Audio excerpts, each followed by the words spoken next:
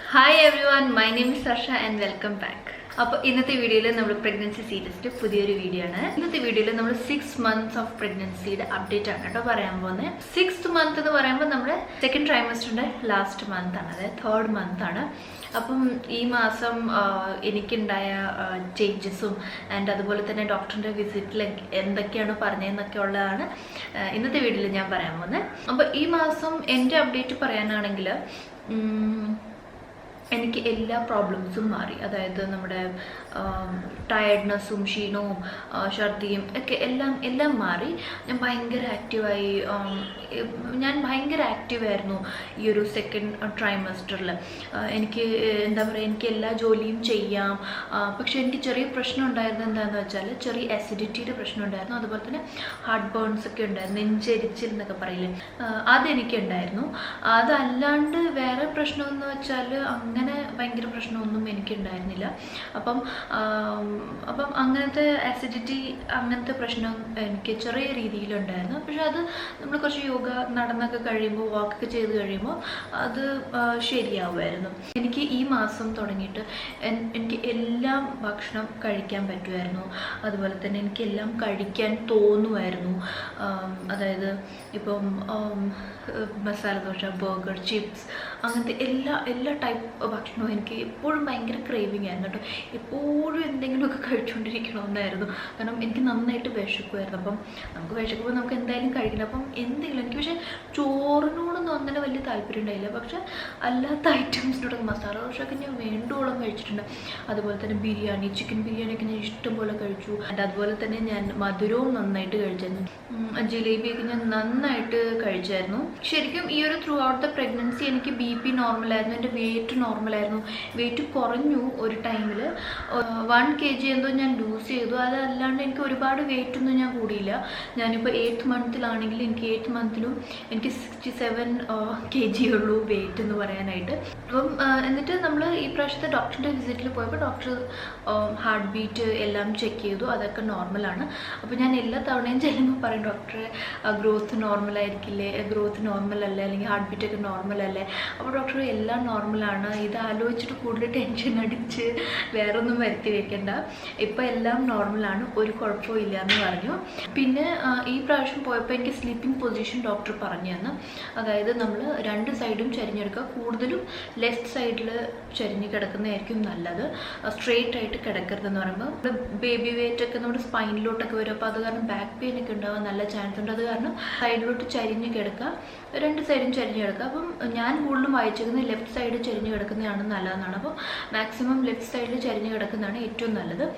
പിന്നെ ഈ മാസം വേറൊരു കാര്യം ഉണ്ടായത്, എനിക്ക് ഭയങ്കരമായിട്ട് ലെഗ്സിൽ മസിൽ ക്രാംസ് ആയിരുന്നു. അതായത് നമ്മൾ രാത്രിയിൽ വെളുപ്പിനെയൊക്കെ ഇങ്ങനെ രാവിലെയൊക്കെ ആകുമ്പോഴത്തേക്ക് കാലൊക്കെ ശരിക്കും ഇങ്ങനെ മസിൽ ഇങ്ങനെ പിടിച്ചിട്ട് നല്ല വേദന എടുക്കും. അപ്പം എന്ത് ചെയ്യണമെന്ന് നമുക്ക് പിടുത്തമില്ല. എന്താ നമ്മൾ ചെയ്യുക ആ സമയത്ത്? ഞാൻ പിടിച്ച് അമക്കാനൊക്കെ നോക്കും, പക്ഷെ ഒരു രക്ഷയില്ല. അത്രയ്ക്കും നമുക്ക് വേദനയായി പോകും. എന്ത് ചെയ്യണം? ഞാൻ എന്നിട്ട് സൈഡിലേട്ടൻ കിടക്കുന്നത് ഞാൻ ഏട്ടനെ ഇങ്ങനെ അടിച്ചുകൊണ്ടിരിക്കും. എനിക്ക് അത്രയ്ക്ക് വേദന എടുത്തിട്ട്. അപ്പം ആ കാര്യം ഞാൻ ഡോക്ടറിനോട് പറഞ്ഞു. അപ്പോൾ ഡോക്ടർ പറഞ്ഞത് എന്താണെന്ന് വെച്ചാൽ, നിങ്ങൾ AC യൂസ് ചെയ്യുന്നുണ്ട്. അപ്പോൾ ഒബ്വിയസ്ലി AC യൂസ് ചെയ്യുന്നുണ്ട്, കാരണം അത്ര ചൂടായിരുന്നു. പിന്നെ എനിക്കാണെങ്കിൽ കൂടുതൽ ചൂടും എടുക്കുന്നു. അപ്പോൾ ഡോക്ടർ പറഞ്ഞ് AC യൂസ് ചെയ്യുന്നുണ്ടെങ്കിൽ കുറച്ച് ദിവസത്തേക്ക് AC ഒന്ന് ഒഴിവാക്കുക. ആൻഡ് കാല് നന്നായിട്ട് സോക്സ് ഇട്ടിട്ട് കിടക്കുക. കാല് തണുപ്പടിക്കുമ്പോഴാണ് ഈ മസിൽ ക്രാംപ്സ് വരുന്നത്. അപ്പോൾ ഒന്ന് നന്നായിട്ട് പുതയ്ക്കുക. ആൻഡ് നന്നായിട്ട് സോക്സ്, നമ്മുടെ നോർമൽ സോക്സ് ഉണ്ടല്ലോ കോട്ടൻ്റെ, അതിട്ട് കഴിഞ്ഞാൽ നമുക്ക് നല്ല റിലാക്സേഷൻ കിട്ടും. അതല്ല കൂടുതൽ പ്രശ്നം വരികയാണെങ്കിൽ എനിക്ക് 2 ആഴ്ചത്തേക്ക് മെഡിസിൻ തന്നു, അത് കഴിക്കാനും പറഞ്ഞു. അപ്പം അങ്ങനത്തെ ഒരു ചെറിയൊരു പ്രശ്നം എനിക്കുണ്ടായിരുന്നു. പക്ഷേ ആ ഒരു മസിൽ ക്രാമ്പ് വരുമ്പോൾ തന്നെ ശരിക്കും നമ്മുടെ ജീവൻ പോകും. അത്രയ്ക്കും വേദനയായിരുന്നു എനിക്ക് ആ ഒരു ക്രാംസ് വരുമ്പോൾ. എനിക്ക് ടെൻഷൻ ഉണ്ടായത് എന്താണെന്ന് വെച്ചാൽ, നമ്മൾ 5th month തുടങ്ങിയിട്ട് ശരിക്കും നമ്മൾ 4th month തുടങ്ങിയിട്ട് ചെറിയ രീതിയിൽ നമുക്ക് വയറ് വന്നു തുടങ്ങും. അപ്പോൾ എനിക്ക് 5th 6th month ആയിട്ടും അങ്ങനെ വിസിബിളി വയറൊന്നും വന്നില്ല. അപ്പം ആരെങ്കിലുമൊക്കെ വരുമ്പോൾ ഇങ്ങനെ ചോദിക്കുമ്പോൾ ആൾക്കാർ ചോദിക്കും, അയ്യോ ഈ കൊച്ചു പ്രഗ്നൻ്റ് ആണോ, ഇതിന് വയറില്ലല്ലോ, എല്ലാവരും വരുമ്പോൾ അങ്ങനെയാണ് ചോദിക്കുന്നത്. അപ്പം ഞാനും വിചാരിക്കും എനിക്ക് അത്രയ്ക്ക് വയറില്ല, ഇനിയും എന്താ അതിൻ്റെ പ്രശ്നം. മീൻസ് അതൊരു ഭയങ്കര ടെൻഷനായിരുന്നു. എന്നാൽ ഞാൻ പ്രോപ്പറായിട്ട് കഴിക്കുന്നുണ്ടോ, ഞാൻ നന്നായിട്ട് കഴിക്കുന്നുണ്ട്, വെള്ളം കുടിക്കുന്നുണ്ട്, എല്ലാ കാര്യങ്ങളും ഞാൻ ചെയ്യുന്നുണ്ട്. അപ്പം ഞാൻ ശരിക്കും എനിക്കിത് ഭയങ്കര ടെൻഷനായിരുന്നു. ആൾക്കാരൊക്കെ വന്ന് ചോദിക്കുമ്പോൾ എനിക്ക് വയറില്ല, ഒട്ടും വയറില്ല, പ്രഗ്നൻ്റ് ആണെന്ന് തോന്നുന്നില്ല. ഇരുന്നൊക്കെ കഴിഞ്ഞ് ശരിക്കും തോന്നില്ല ഞാൻ പ്രഗ്നൻ്റ് ആണെന്നുള്ളത്. നോർമൽ നമ്മൾ ഭക്ഷണം കഴിച്ചിട്ടുള്ളൊരു വയറില്ല, അത്ര മാത്രമേ തോന്നുന്നുണ്ടായിരുന്നുള്ളൂ.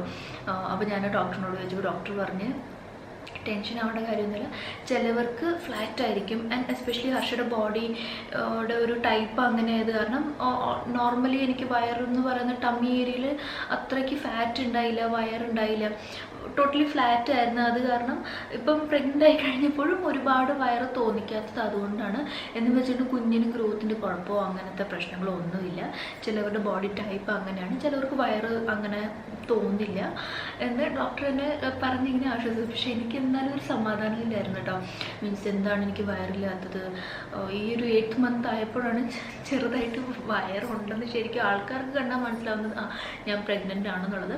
അല്ലാണ്ട് എനിക്ക് ഈ ഒരു 7th month വരെ ശരിക്കും എനിക്ക് ഒട്ടും വയറൊന്നും എനിക്ക് ഉണ്ടായിട്ടില്ല. ഈ 6th month തുടങ്ങിയിട്ട് ഞാൻ പ്രീനേറ്റൽ യോഗ സ്റ്റാർട്ട് ചെയ്തു. അത് നിങ്ങളുടെ ഡോക്ടർ അഡ്വൈസ് ചെയ്യുകയാണെങ്കിൽ മാത്രം യോഗ, എക്സസൈസ്, അങ്ങനത്തെ ഫിസിക്കൽ മൂവ്മെൻറ്റ്സ് എന്തെങ്കിലും ചെയ്താൽ മതി. കാരണം പലർക്കും പല പ്രശ്നങ്ങളുണ്ടാവും. അപ്പം നിങ്ങൾ യോഗ അല്ലെങ്കിൽ നിങ്ങൾ എക്സസൈസ്, വാക്കിൻ്റെ കാര്യങ്ങളൊക്കെ ഡോക്ടറിനോട് ചോദിക്കുക, ഡോക്ടർ എനിക്ക് ചെയ്യാമോ.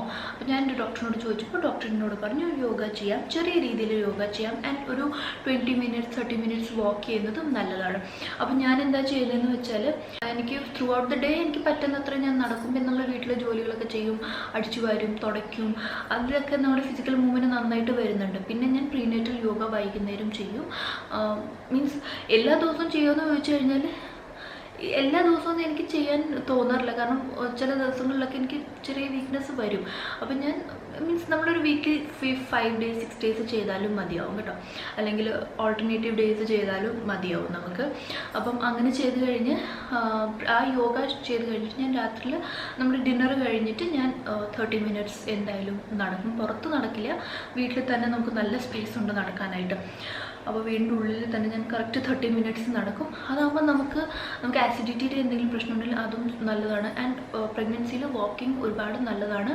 പക്ഷേ ഞാൻ പറഞ്ഞല്ലോ, ഇതുപോലെ തന്നെ നമ്മുടെ ഡോക്ടർ നമുക്ക് അഡ്വൈസ് ചെയ്തിട്ടുണ്ടെങ്കിൽ മാത്രം നടക്കുക, അതല്ലെങ്കിൽ നമ്മൾ ഒരിക്കലും നടക്കരുത്. അപ്പോൾ ഇത്രയൊക്കെയായിരുന്നു എൻ്റെ അപ്ഡേറ്റും ആൻഡ് ഡോക്ടറിൻ്റെ അടുത്ത് പോയപ്പോൾ ഉള്ള കാര്യങ്ങളും. ഇനി ഈ മാസത്തെ കുഞ്ഞിൻ്റെ ഒരു ഡെവലപ്മെൻറ്റ് പറയാനാണെങ്കിൽ നമ്മുടെ കുഞ്ഞിൻ്റെ ഐലിഡ്സ് ഒക്കെ ക്ലോസ് ആയിരിക്കും. ഈ മാസം അത് ഓപ്പൺ ആകും. ആൻഡ് കുഞ്ഞിൻ്റെ എന്താ പറയുക, നമ്മുടെ വയറിൽ ഇങ്ങനെ എന്തെങ്കിലും ലൈറ്റ് അടിച്ചു കഴിഞ്ഞാൽ കുഞ്ഞ് മൂവ് ആവും. ഞാനത് ടെസ്റ്റ് ചെയ്തിട്ടുണ്ട് കേട്ടോ, അത് മൂവ് ആവാറുണ്ട്.